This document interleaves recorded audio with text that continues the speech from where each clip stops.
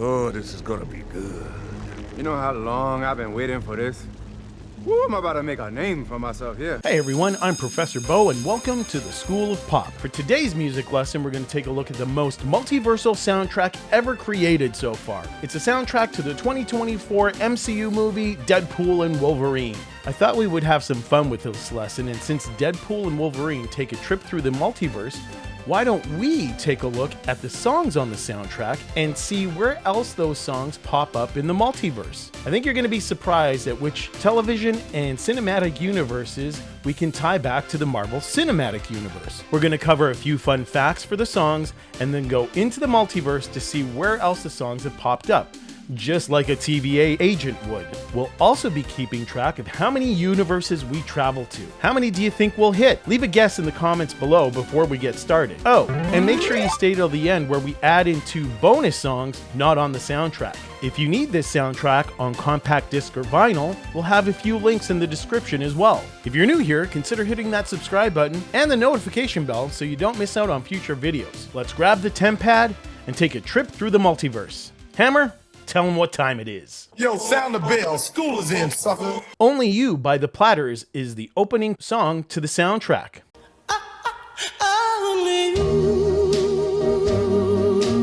Released in May of 1995, after the Platters moved to Mercury Records, Only You became their top 10 hit on the pop charts, reaching number 5 on the Billboard Top 100, and it also topped the US R&B charts for 7 consecutive weeks and stayed on the charts for an impressive 30 weeks. Ringo Starr of Beatles fame covered Only You in 1974 at the suggestion of fellow Beatle John Lennon, who even played acoustic guitar and recorded a guide vocal for the track. Only you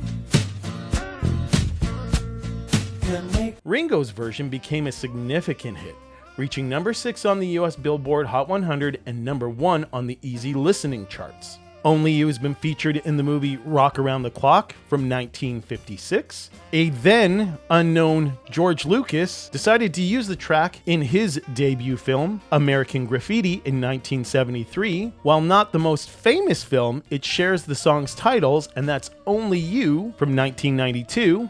Faith had always believed in romance, I'm getting a name. true love, and destiny. His name is Damon Bradley.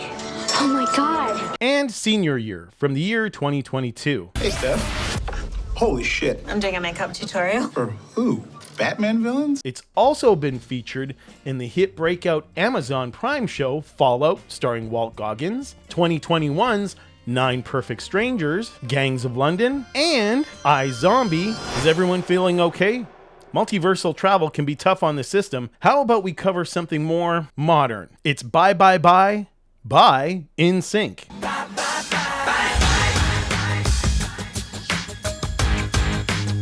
Bye Bye Bye was released on January 17th, 2000 as the lead single from their album No Strings Attached. The song was initially offered to the British boy band Five, but they turned it down because they wanted to move towards a more rap-orientated sound. Can you imagine a world where Five sang Bye Bye Bye? Where else has Bye Bye Bye been featured? In the Adam Sandler and Jennifer Aniston romantic comedy, Just Go With It. Someone put his pee-pee on my face! He put his face on my pee-pee! Another weird multiversal crossover, it was also featured in the Britney Spears movie, Crossroads from 2002. Make the journey. I can't listen to this. The song was also featured in the 2021 movie, Red Rocket. He sucker punched me. I would 100% out cardio that guy. Fuck. Sorry for swearing. And also a nod way back in 2003 in X2. How about on the TV side of the multiverse? Well, it's been featured in Scrubs, Superstore, The Good Place, Tokyo Vice, Apple TV Plus's huge hit Ted Lasso. Oi mate, there's you. I believe it is. Wicked. You coaching football. You are a legend for doing something so stupid. I mean, it's mental. They're gonna murder you. Up next is song number 3, Angel of the Morning, performed by Merilee Rush and the Turnabouts. Just call me Released in February of 1968, Rush's version became a massive hit, reaching number 7 on the Billboard Hot 100 in the US, and it soared even higher in other countries, hitting number 1 in Canada, Australia, and New Zealand, and number 4 in the Netherlands. Although the single and the album were credited to Merilee, Rush and the Turnabouts, the actual recording featured the American Sound Studio house band in Memphis, the same musicians who played on Elvis Presley's Memphis recordings. So technically, we now have Elvis kind of meta, multiversally part of the MCU. The movies it's also been featured in is 1999's Girl Interrupted. You have the distinction of being the only senior not going on to college. I don't have a plan. I just don't want to end up like my mother. 2011's Violet and Daisy, and one of Tom Cruise's biggest movie from the 90s, the classic Jerry Maguire. Jerry, do you know the human head weighs 8 pounds? On the TV side of things, it's also been featured on the NBC television series The Blacklist. We've now covered 25 multiverses, and since the next track was written specifically for the movie, here are some fun facts about Slash by Stray Kids.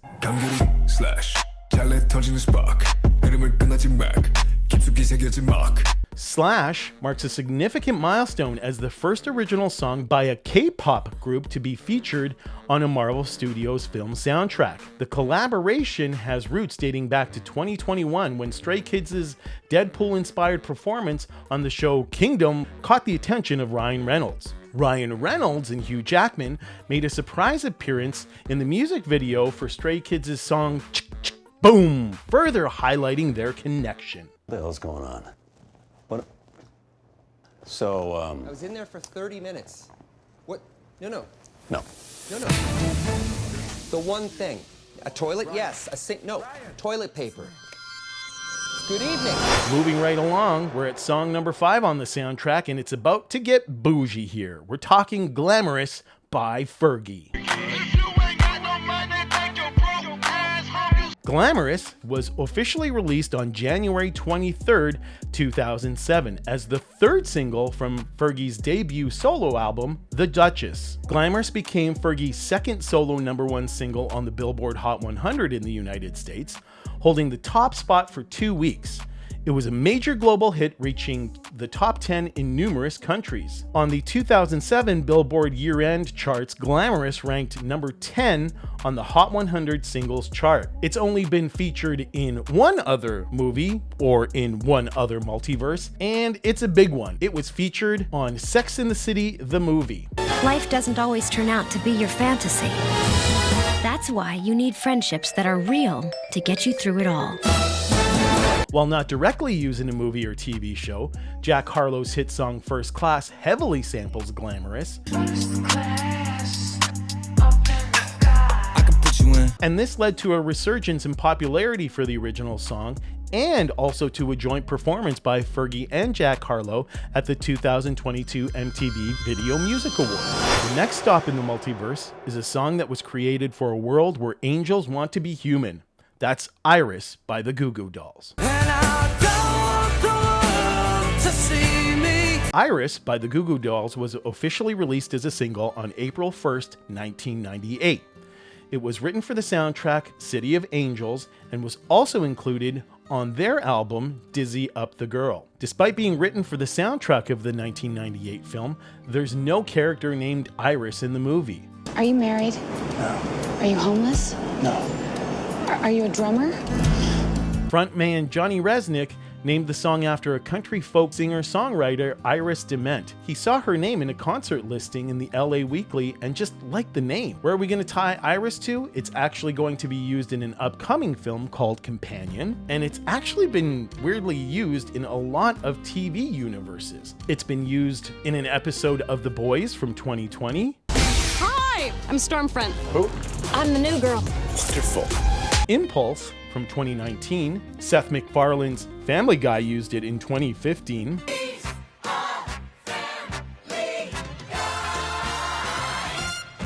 Being Erica, The Drew Carey Show in 2002.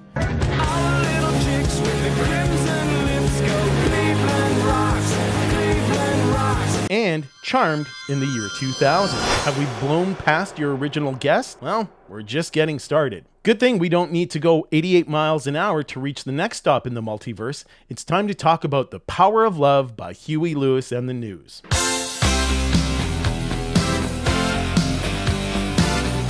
Released on June 17th, 1985, The Power of Love became Huey Lewis and the News' first #1 hit on the US Billboard Hot 100 chart, holding the top spot for 2 weeks starting in August of 1985.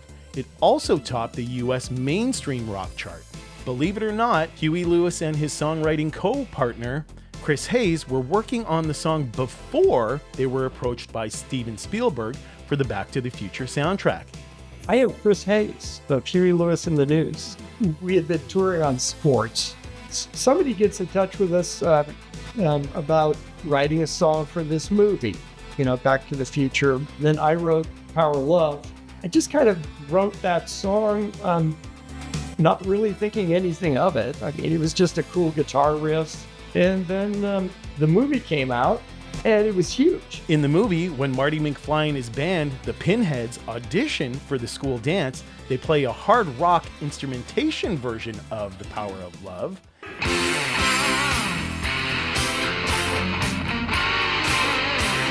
And if you keep an eye out during that audition scene, Huey Lewis himself makes a cameo appearance as one of the judges who dismisses Marty's band as, "I'm afraid you're just too darn loud. Next, please." He said his character was inspired by a record executive. Where else has The Power of Love popped up? Well, of course, in the original Back to the Future in 1985, then Back to the Future Part 2 in 1989, and as well as Back to the Future Part 3 in 1990. It's also been featured in the movie Step It Up from 2018, and as far as the TV shows, it's been used in an episode of The Flash. Song number 8 means we get a little country.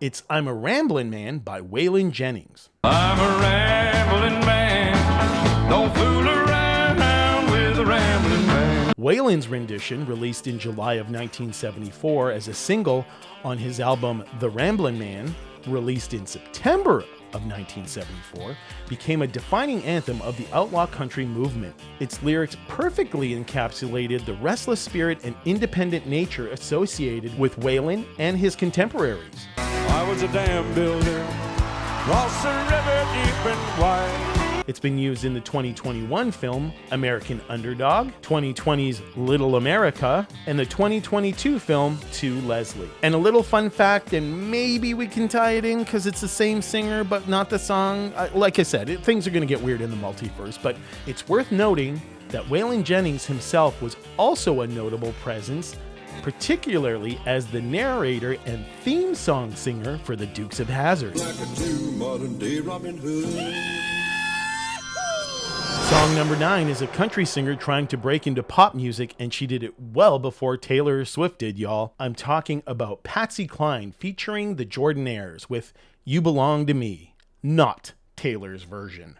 You belong to me.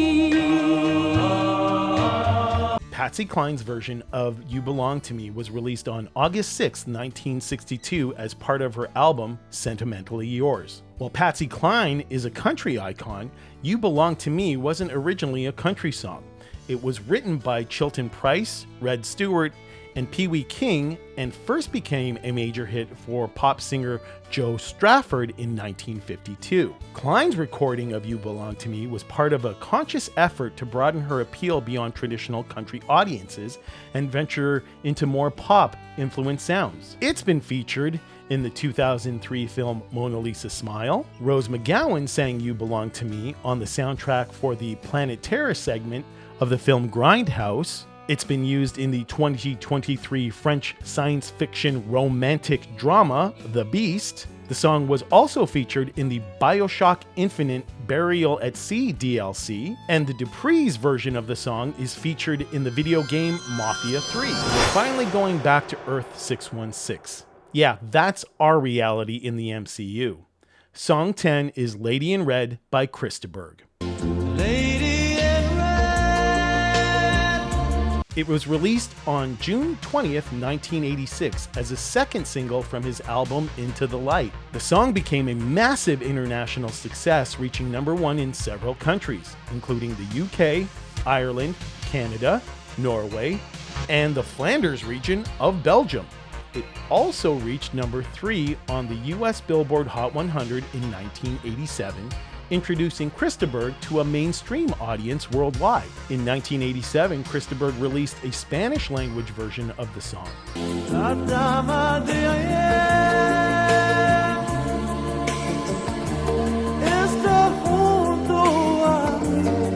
Lady in Red has been used in the 2000 film American Psycho.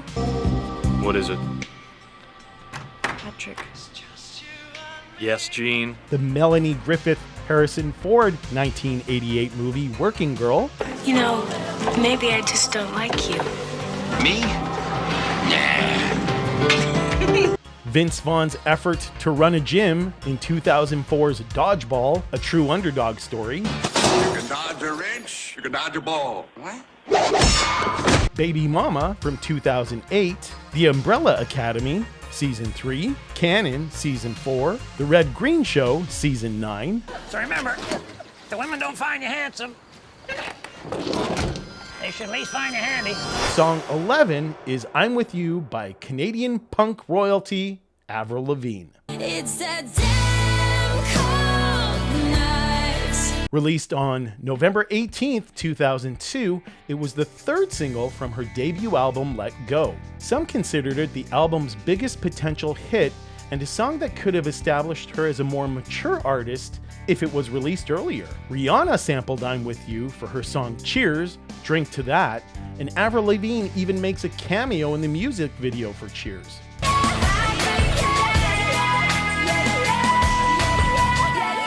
I'm With You is reportedly one of Avril Lavigne's most personal songs, and she even played it at her wedding to Chad Kroeger of Nickelback. It's been used in the Jim Carrey film Bruce Almighty in 2003. You must be Bruce. Who are you? I'm God. A Cinderella Story in 2004, and on the TV side of things, it's been used in Season 3 of Scrubs, and also in an episode called Accelerate from Smallville. I don't know. Seems kind of out there. Well, this coming from the man who's been hiding a spaceship in his storm cellar for the last 12 years. And we officially tied the DC universe to the MCU. I knew we'd make the connection. Now, only if we can see that on the big screen. DC versus the MCU. Who would win? Let's debate in the comments. Okay, song 12 is The Greatest Show.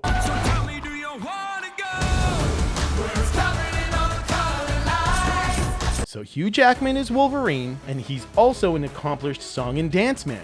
So does that mean somewhere in the small corner of the multiverse, there's a song and dance Wolverine? Things are getting trippy.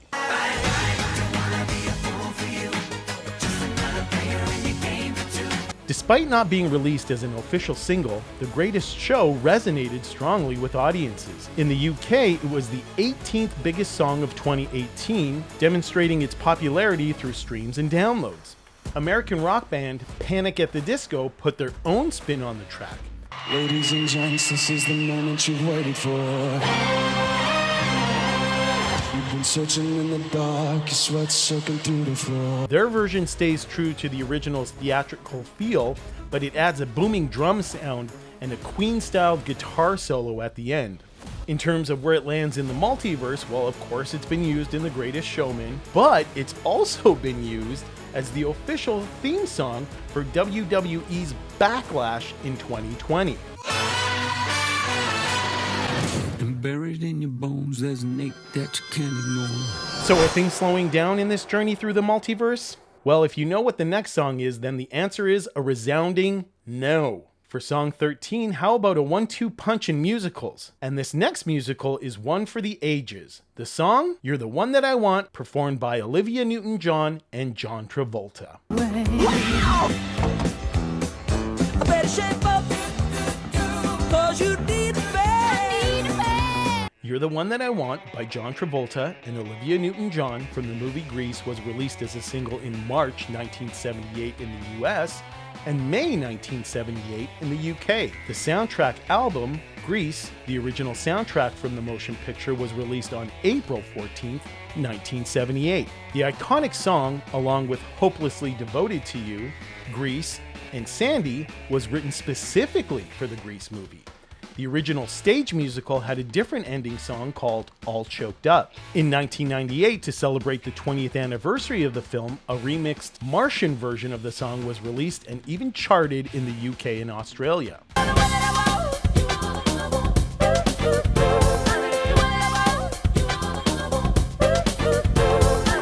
Because the song is so iconic, we are only going to count the universe of Grease. It's been used in a lot of commercials, and we're not traveling to the commercial universes of the multiverse. Trust me, it's not fun. It's mostly places about medications and their side effect. Ugh.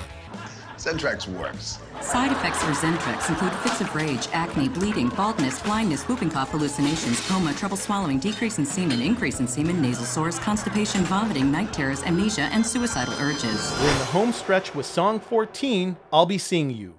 I'll be seeing you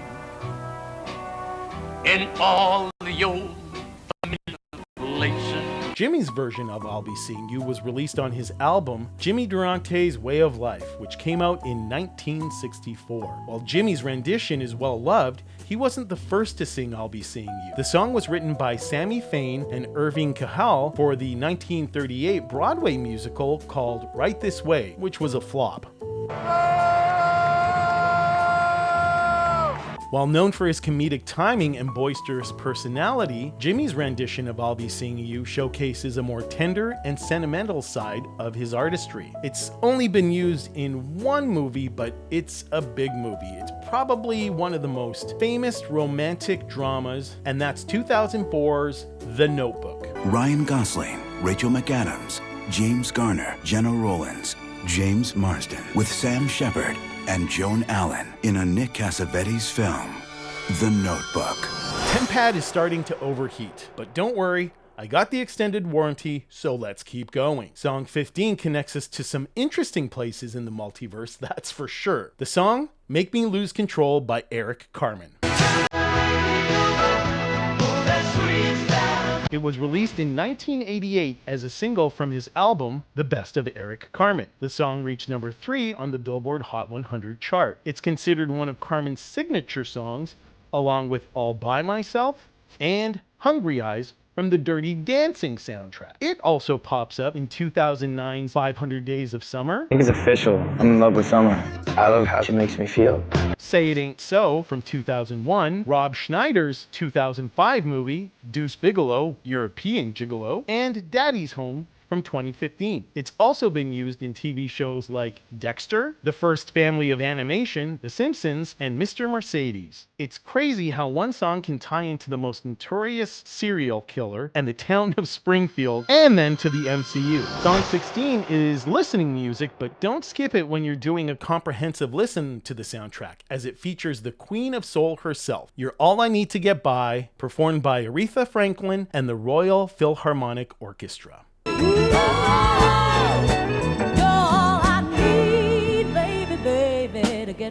This version was released in 2017 as part of the album A Brand New Me, Aretha Franklin and the Royal Philharmonic Orchestra. The album took Aretha Franklin's original vocal recordings from her time with Atlantic Records and paired them with brand new orchestral arrangements by the Royal Philharmonic Orchestra. The recording process involved the Royal Philharmonic Orchestra adding their lush instrumentation to her iconic and untouched original vocals, creating a unique blend of soul and symphonic grandeur. The Royal Philharmonic Orchestra recorded their parts at the legendary Abbey Road studio in London, adding to the prestige and sonic quality of the track. The song hasn't been used elsewhere in the multiverse, but now can we kind of also, in a weird way, tie in the Beatles to the MCU since we did it with Elvis? I think so, but it doesn't go on the official canon. Song 17 is the last song not written specifically for the soundtrack, and it comes from one of the most popular punk bands from the Bay Area, It's Good Riddance, Time of Your Life, performed by Green Day. Life by Green Day was officially released as a single on October 17th, 1997. It's from their 5th studio album, Nimrod. While Billy Joe Armstrong wrote the song way back in 1993 about his girlfriend Amanda moving to Ecuador, it didn't quite fit the raw, punky energy of their breakthrough album, Dookie. It was initially titled just Good Riddance, hinting at his anger about the situation. The album version starts with Billy Joe messing up the opening chords twice, complete with a muttered, "fuck." This mistake was deliberately kept in to add a touch of lightheartedness to the emotionally resonant lyrics. Okay, we're gonna tie it to a whole bunch of weird places in the multiverse, starting off with the 2014 movie, The Sex Tape. And welcome to an evening with Annie and Jay. 1995's Angus. The song was famously featured in the season 9 episode of Seinfeld called The Chronicle. It plays during the closing minutes, which included bloopers, behind-the-scenes production, and a montage. Good Riddance, Time of Your Life made multiple appearances in the television show ER, so we also add Hunky Doctors and A Show About Nothing to the multiverse. Song 17 rounds out the soundtrack with the song called LFG, the theme from Deadpool and Wolverine.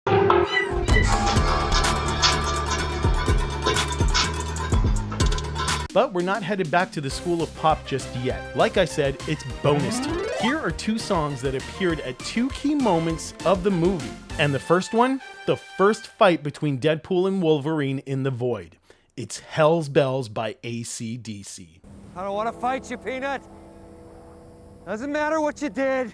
I just need your help.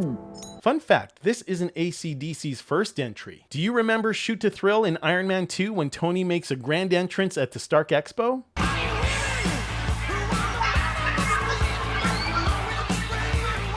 Hell's Bells by AC/DC was released as a single on October 31st, 1980. It's the first track on their iconic album, Back in Black, which was released earlier that year on July 25th, 1980. AC/DC actually commissioned a massive 2,000-pound cast bronze bell from John Taylor Bell Foundries in Loughborough, England.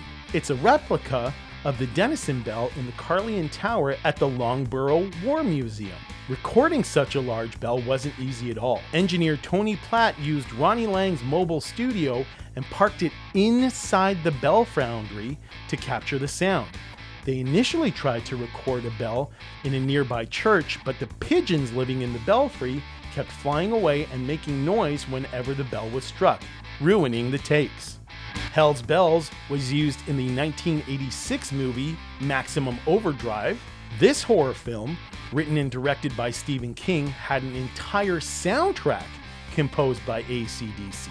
You're gonna get us in an awful lot of trouble, man. We already in trouble. It was also used in the 2006 Fast and Furious Tokyo Drift, and also in 2018's Overlord. It's also been used in one TV show, and that's season 3's premiere episode of Supernatural. Can we tie in 100 universes to the MCU? I don't know, but the last song could take us over the edge, as it was highly controversial and one of Madonna's biggest hits. It's Like a Prayer. The song Like a Prayer by Madonna was released as a single on March 3rd, 1989. The album of the same name was released shortly after on March 21st, 1989.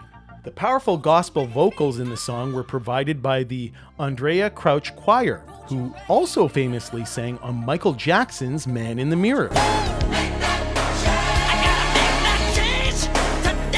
The guitar intro for Like a Prayer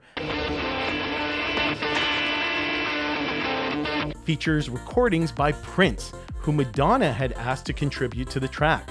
While no other music by Prince was ultimately used, some effects around the choruses might also be his. Of course, this song was used in Deadpool and Wolverine near the end of the movie, where it's the big fight scene of Deadpool and Wolverine taking on the Legion of Deadpools. It was also used in the 1999 Drew Barrymore movie, Never Been Kissed. I think I'm totally in. I was so cool.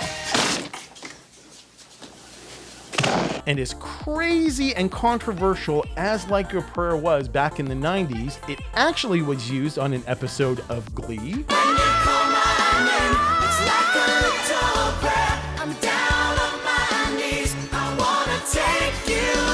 Wow, what a ride through the multiverse it's been. What was your favorite? And can you add any more? Leave them in the comments if you can. If you loved our look at the Deadpool and Wolverine soundtrack, don't forget to smasturbate that subscribe button and like the video too. But I can assure you that I'm sorry, what was that? We also post daily music history shorts as well. And don't forget to check out our picks for new music on Fresh Friday Music. Thanks for checking out today's music lesson from the School of Pop.